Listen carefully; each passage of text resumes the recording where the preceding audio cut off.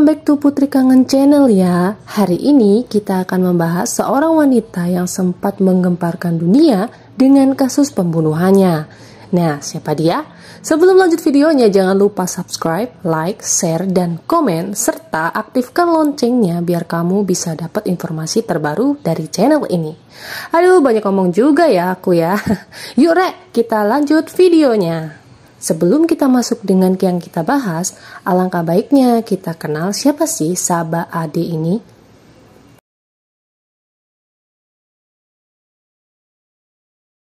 Nah, Sada Abe sendiri adalah anak ketujuh dari 8 bersaudara dari Shigeyoshi dan Katsu Abe.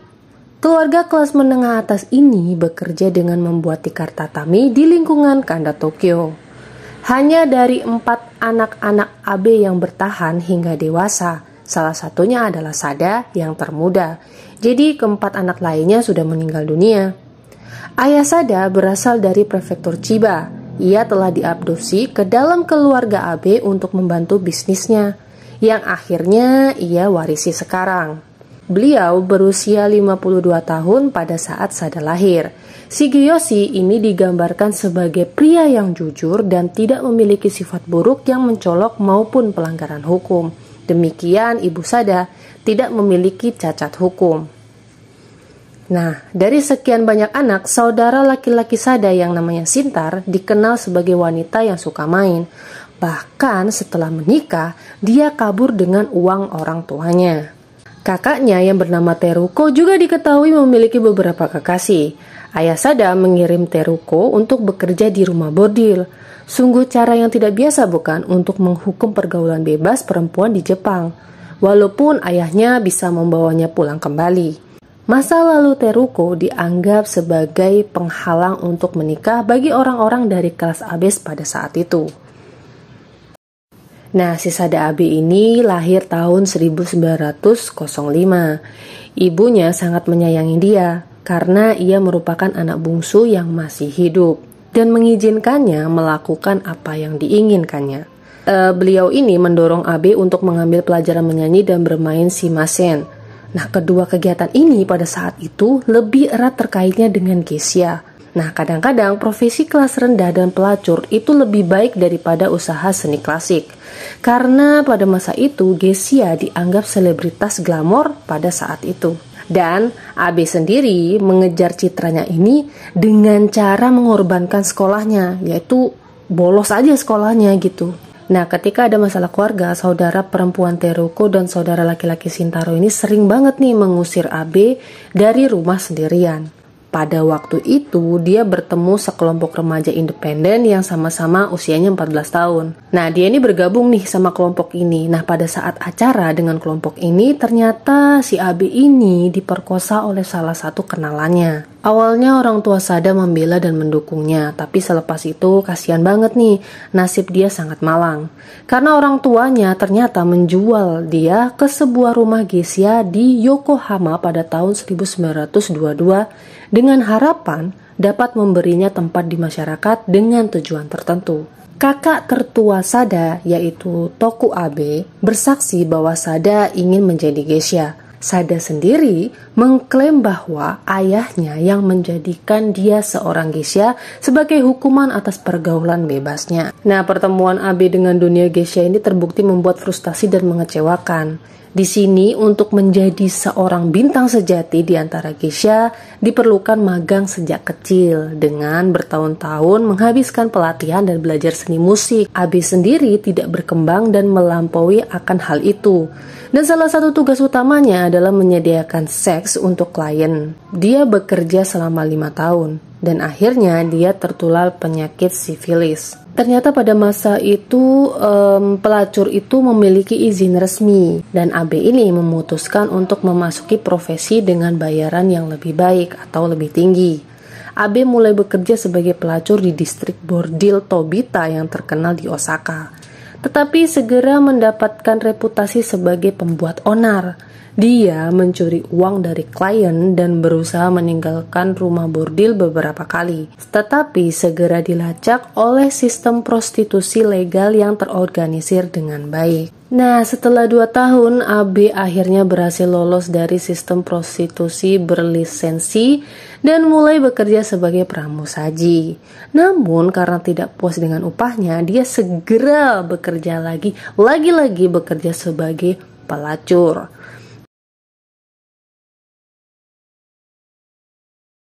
Meskipun sekarang dia tidak memiliki izin dan mulai bekerja di rumah bordil tanpa izin di Osaka pada tahun 1932.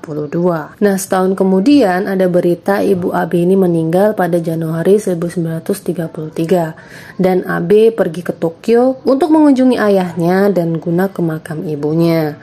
Pada saat itu, Sada masuk ke pasar prostitusi di Tokyo dan di sana menjadi wanita simpanan untuk pertama kalinya. Dan ketika ayah Sada sakit parah pada Januari 1934, AB ini merawatnya selama 10 hari sampai ayahnya meninggal. Nah, pada saat itu juga, lebih tepatnya Oktober 1934, AB ditangkap dalam penggerbekan polisi di rumah bordil tanpa izin tempat dia bekerja saat itu.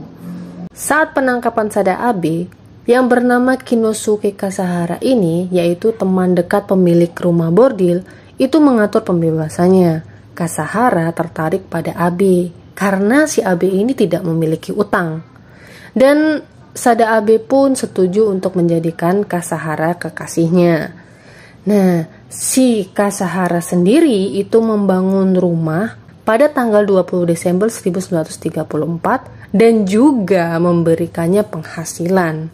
Ini sebuah awal yang bagus, bukan? Tetapi setelah beberapa minggu, si Kasahara ini sedikit kelelahan. Dan ketika Sada AB menyarankan agar Kasahara ini meninggalkan istrinya untuk menikahinya, Kasahara ini menolak. Dan pada saat itu juga si AB ini meminta Kasahara untuk meninggalkan semua kekasihnya, tetapi di situ juga Kasahara menolaknya. Setelah itu hubungan mereka ini ternyata berakhir dan untuk menghindarinya si AB ini pergi ke Nagoya. Kasahara mengakhiri kesaksian dengan berkomentar marah dengan si AB. Dan pada saat itu si AB ini mendengar gitu kan, Kasahara bilang begitu. Dan si AB ini juga melontarkan kata-kata bahwa si Kasahara ini tidak mencintaiku dan memperlakukan aku seperti binatang. Dia adalah jenis sampah yang kemudian akan memohon kepadaku ketika aku mengatakan bahwa kita harus putus. Nah, tak lama orang-orang ini sempat melupakan, udahlah itu masalah mereka, ya kan. Dan pada saat itu di Nagoya pada tahun 1935 sekali lagi nih si Sada AB berniat untuk meninggalkan industri seksnya. Nah, Sada AB ini mulai bekerja lagi nih sebagai pelayan di sebuah restoran. Tiba-tiba dia ini terlibat asmara nih dengan pelanggan restoran itu yang bernama Goromiya, seorang profesor dan bankir yang bercita-cita untuk menjadi anggota Die Jepang atau parlemen Jepang pada kala itu. Nah, Sada AB mengetahui bahwa restoran ini tidak akan mentolerir seorang pelayan yang melakukan hubungan seksual dengan klien. Dan mungkin karena dia bosan juga dengan Nagoya, dia kembali ke Tokyo pada bulan Juni. Dan disitulah Mia bertemu dengan AB di Tokyo. Nah, si Mia ini sudah mengetahui bahwa si AB ini mengidap penyakit sifilis. Si Mia ini merasa kayak nggak ragu dan kemudian membayarnya untuk menginap di resort mata air panas di Kusatsu dari November hingga Januari 1936. Pada bulan Januari, Mia menyarankan agar AB bisa mandiri secara finansial dengan membuka restoran kecil dan merekomendasikan agar dia mulai bekerja sebagai magang di bisnis restoran. AB mulai bekerja sebagai magang di restoran Yoshidaya pada 1 Februari 1936. Nah, pemilik tempat ini bernama Kichizo Ishida. Usianya 42 tahun dan dia telah menginjak dunia bisnis ini dimulai dari sebagai magang di sebuah restoran dan mengkhususkan dirinya dalam hidangan belut. Dia telah membuka restoran di Yoshidaya di lingkungan Nakano, Tokyo pada tahun 1920.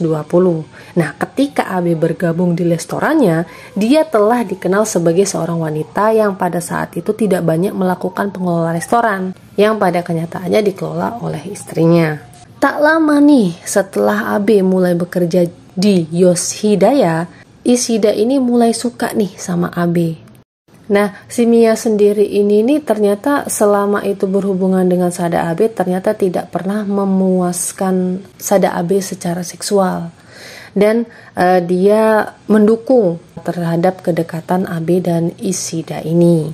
Nah, pada saat pertengahan April, Ishida dan Abe mulai berhubungan nih. Pada tanggal 23 April 1936, Abe dan Ishida bertemu lagi di kedai teh di lingkungan Shibuya. Berencana hanya untuk berselingkuh, pasangan ini malah betah tetap di tempat tidur selama 4 hari. Pada malam 27 April, mereka pindah ke kedai teh lain di lingkungan yang jauh dari Futako Tamagawadi. Mereka terus minum nih di sana dan berhubungan seks, kadang-kadang dengan iringan nyanyian seorang geisha.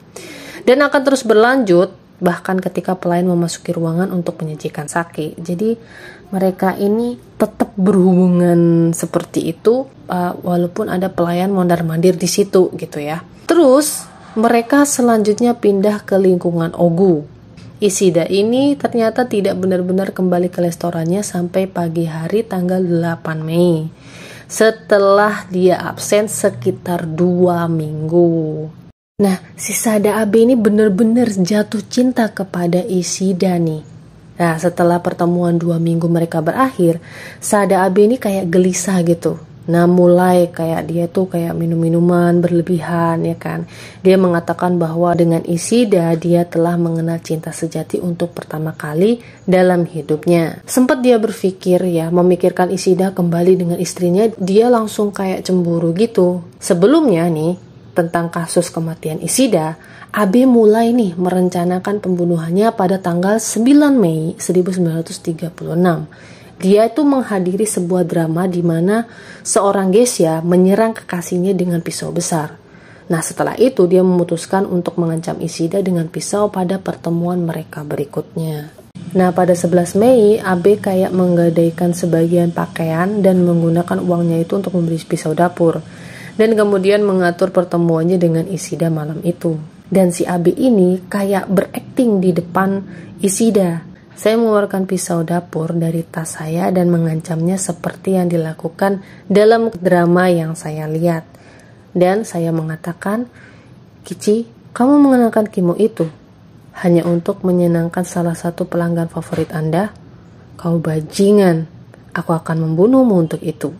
Nah, Ishida yang waktu itu di situ itu sangat kaget dan kayak sedikit menjauh gitu dari Abe. Ishida dan Abe ini kembali ke Ogu, di mana mereka tinggal dan sampai kematian Ishida. Nah, selama bercinta, si Abe ini menusukkan pisau ke pangkal penis Ishida dan mengatakan dia akan memastikan dia tidak akan pernah bermain-main dengan wanita lain. Ishida dengan lantangnya tertawa dong mendengarnya. Nah, 2 malam dalam hasil pertarungan seks ini, Abe mulai mencekik Ishida dan Ishida pun seperti menyuruh Abe untuk melanjutkannya. Dan dia mengatakan bahwa ini meningkatkan kesenangannya atau kayak semakin dia dicekik itu kayak semakin gairah gitu ya pada saat berhubungan seks. Setelah menghentikan pencekikannya itu, wajah Ishida itu mulai kayak nggak beraturan, kayak pucat, terus habis itu kayak biru-biru gimana gitu ya, dan jauh dari penampilan normalnya. Karena sebelum mereka berhubungan, Ishida ini meminum 30 tablet obat penenang untuk mencoba menenangkan rasa sakitnya. Pada saat itu, menurut Abe ya, Ishida ini kayak mulai tertidur dan dia berkata, "Kamu akan mengalungkan tali di leherku dan jika kamu mulai mencekikku, jangan berhenti. Karena sangat menyakitkan setelah itu." Nah, Abe ini sempat bertanya-tanya, apakah dia ingin aku membunuhnya? Tetapi pastinya dia bercanda. Nah, pada saat sekitar pukul 2 pada tanggal 18 Mei 1936, saat Ishida tertidur, Abe melingkarkan selempangnya 2 kali atau kain selempangnya 2 kali ke leher dan mencekiknya. Dan itu kebablasan dia sampai mati gitu. Nah, dia kemudian mengatakan kepada polisi, "Saya telah membunuh Isada, saya benar-benar merasa lebih nyaman, seolah-olah beban berat yang telah diangkat dari pundak saya, dan saya merasa sangat-sangat damai." Sebelum Sada ini tertangkap, dia ini sempat berbaring di samping tubuh Ishida selama beberapa jam. Dan yang lebih gilanya lagi, dia memotong penis dengan pisau dapur yang dia bawa dan membungkusnya dengan sampul majalah kala itu, serta menyimpannya sampai dia ditangkap 3 hari kemudian. Nah, pada saat itu dengan darah dia menulis, "Sada Ishida no Kichi Futari Kiri." Kami, Sada dan Kichizo Isada, itu tulisannya ada di paha sebelah kiri Isada. Nah, dia menulisnya dengan darah nih, ya kan? Dan di selembaran kertas yang diletakkan di tempat tidurnya, dan juga di selembaran kertas yang diletakkan di tempat tidurnya. Dan dia mulai mengukir Sada lagi di lengan kirinya Ishida. Setelah semuanya berakhir dan dia lanjut mengenakan pakaian dalamnya, terus memakai bajunya, ya kan? Dia meninggalkan penginapan sekitar pukul 8 pagi dan memberitahu staf yang ada di hotel itu untuk tidak mengganggu Ishida yang lagi tertidur pulas di kamar. Nah, setelah meninggalkan penginapan, Sada Abe bertemu dengan mantan kekasihnya, Goromiya. Dia berulang kali nih meminta maaf kepada Goromiya. Tetapi Mia yang tidak menyadari nih, si Ishida ini sudah dibunuh, berasumsi bahwa dia meminta maaf karena telah berselingkuh dengan yang lainnya. Sebenarnya permintaan maaf Abe ini adalah untuk merusak karir politiknya si Mia. Setelah mayat Ishida ditemukan, pencarian dilakukan untuk mencari Abe yang hilang pada tanggal 19 Mei 1936. Dan surat kabar mengangkat cerita itu bahwa karir Mia itu hancur dan kehidupan Abe berada di bawah pengawasan publik yang ketat sejak saat itu dan seterusnya. Nah, bagaimana menurut kalian? Sangat rumit ya kehidupan Sada Abe ini. Mulai dari dia dilahirkan sampai saat dia berumur remaja, dia sudah masuk ke dunia geisha. Dan juga sangat disayangkan saat dia dewasa, tega membunuh pasangannya yang sangat mencintainya. Bagaimana menurut kalian dengan kasus Sada Abe ini? Yang sangat menggemparkan dunia karena dilihat dari sisi normalnya, alangkah kejinya ketika kita sudah menemukan pembunuh tega melakukan hal mutilasi. Nah, sekian video hari ini ya. Sampai ketemu di video aku selanjutnya. Bye-bye.